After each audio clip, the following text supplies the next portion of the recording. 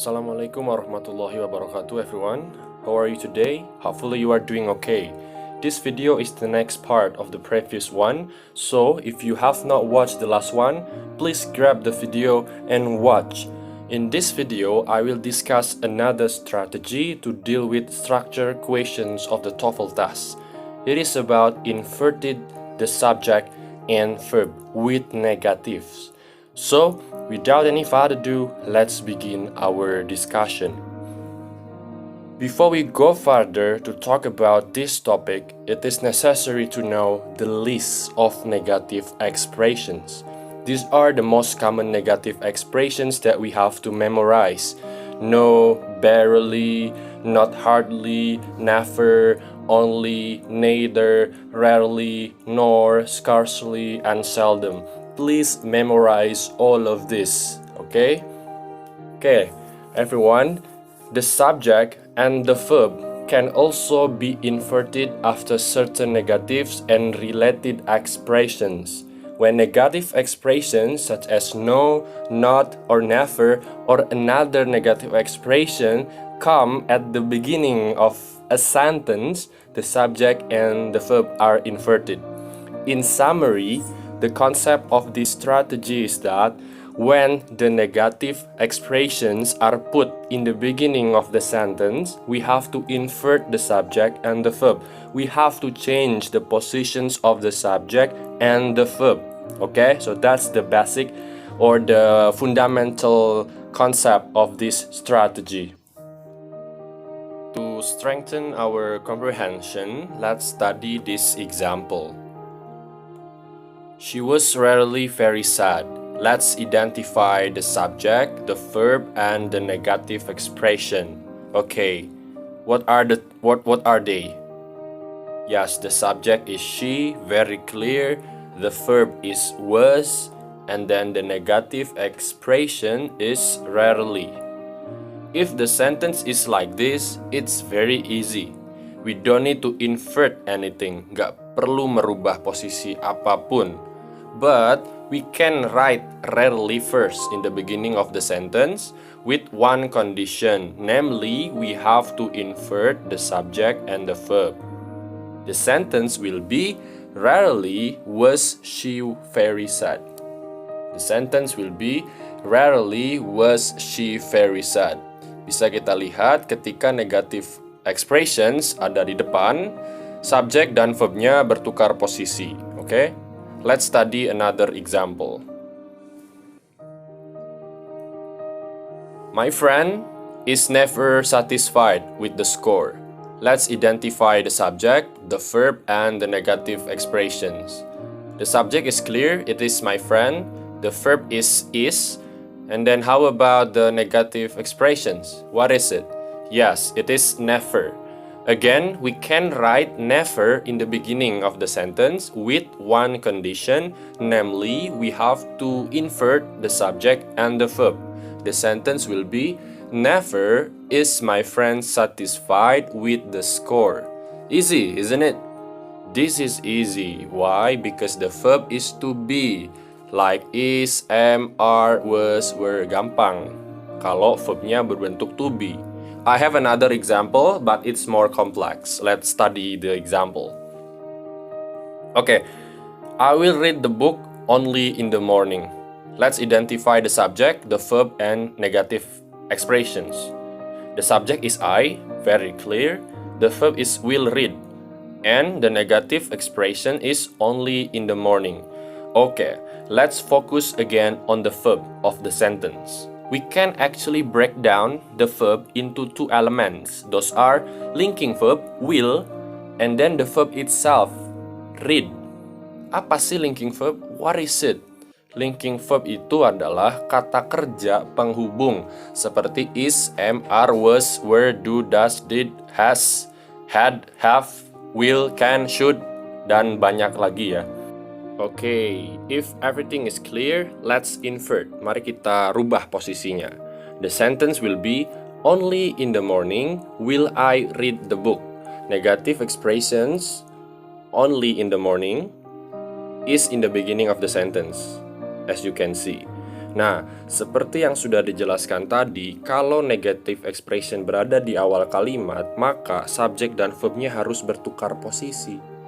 Tapi jika verbnya terdiri dari linking verb dan verb seperti contoh ini, maka yang bertukar posisi adalah linking verb dan subjeknya. Verbnya itu masih berada di posisi semula. We can see from this sentence, only in the morning will I read the book. Negative expression only in the morning is followed by linking verb will and then the subject and the verb. Okay, so that's the concept. Hopefully it's clear. Okay, let's practice more. I barely can finish the exam. Let's identify the subject, the verb, and the negative expressions. The subject is very clear, I. The negative expressions in this sentence is barely, and then the verb is can finish. Okay, let's focus again on the verb. As what I have explained before, we can break down the verb into two elements. Those are linking verb, di sini can ya, and then the verb itself, finish. Let's invert, let's change the positions of the negative expression. The sentence will be, barely can I finish the exam. Negative expression, barely, is in the beginning. And as what I explained before, the subject and the linking verb are inverted. Mereka bertukar posisi. No wonder the sentence becomes, barely can I finish the exam. Okay? Clear? Hopefully it's clear. This is still easy, you know. Why? Because the linking verbs are written explicitly in the sentence. Ada jenis-jenis kalimat di mana linking verbnya itu tidak ditulis secara eksplisit gitu. Contoh ya, for example, the teacher hardly comes late. Let's identify the subject, the verb, and negative expression. The subject is clear. It is the teacher. And then the negative expressions is hardly and the verb is comes. Okay, let's write the negative expressions hardly in the beginning. As I explained before, tadi sudah jelaskan bahwa jika negative expression di depan, maka linking verb dan subjeknya bertukar posisi kan ya. Loh, kan kalimat ini nggak ada linking verbnya. Well, sebenarnya linking verbnya ada di kalimat ini, hanya saja tidak ditulis secara eksplisit. We can see from the verb. The verb is comes. Verb 1 kan ya, comes. Therefore, the linking verb is between do or does. Antara dua itu tuh linking verbnya, do atau does. We can decide by looking at the subject. It is the teacher ya. It is singular, so the linking verb is does for the singular subject. So the sentence will be, hardly does the teacher come late. Negative expression is hardly diikuti oleh linking verb yaitu does dan subject yaitu the teacher yang sudah bertukar posisi and then followed by the verb come. How is it? Clear? If not, let's practice more. Ayo kita latihan lagi.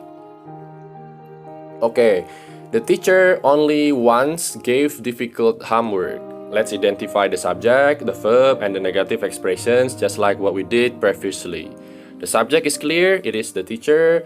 Negative expression is also clear, it is only once. And then the verb also clear, gave is the verb. Okay, let's write negative expressions only once in the beginning. Oke, tadi udah jelasin nih berkali-kali. Jika negative expression di depan, maka linking verb dan subject bertukar posisi. Tapi bisa kita lihat kalimat ini juga tidak ada linking verbnya. Akan tetapi sebenarnya linking verbnya ada di kalimat ini, hanya saja tidak ditulis secara eksplisit. We can see from the verb is gave. Verb 2 kan? Verb 2 loh. Therefore, the linking verb is did.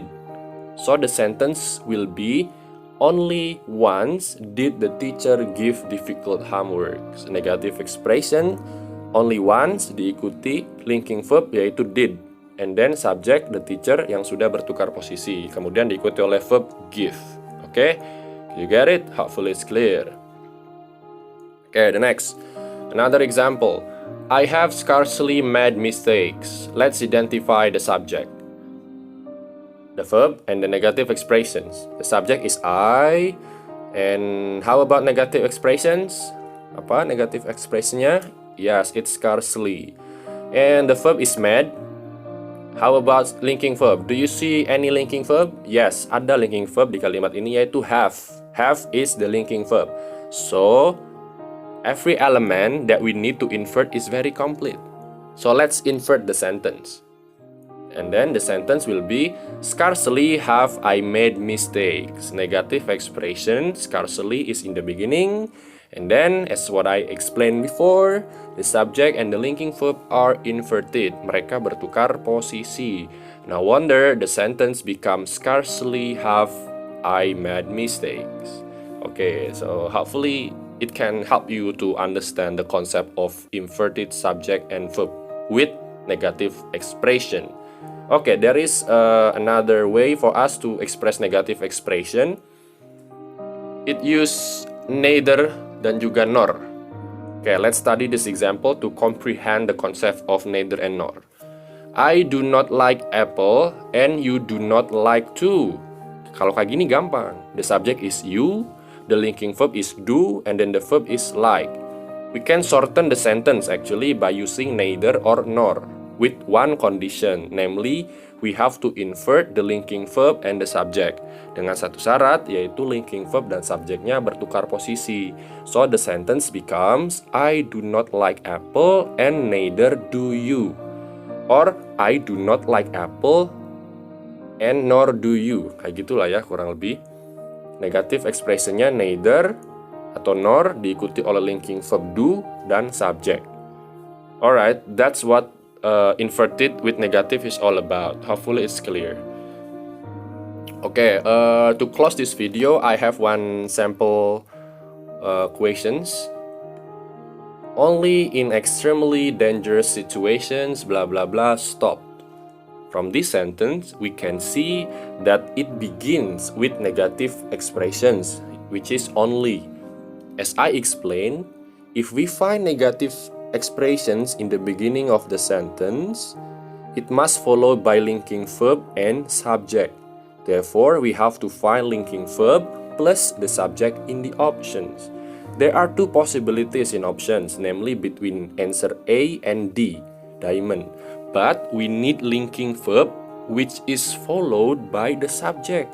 Therefore, the best one is D, diamond. Will the printing presses be?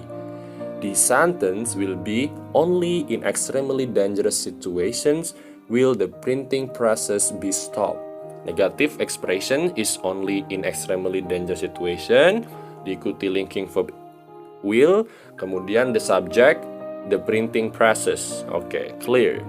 Alright, hopefully it's helpful for you and can help you to deal with structured questions of the Toefl test, especially the one that deal with inverted subject and verb with negatives. Thank you very much and see you.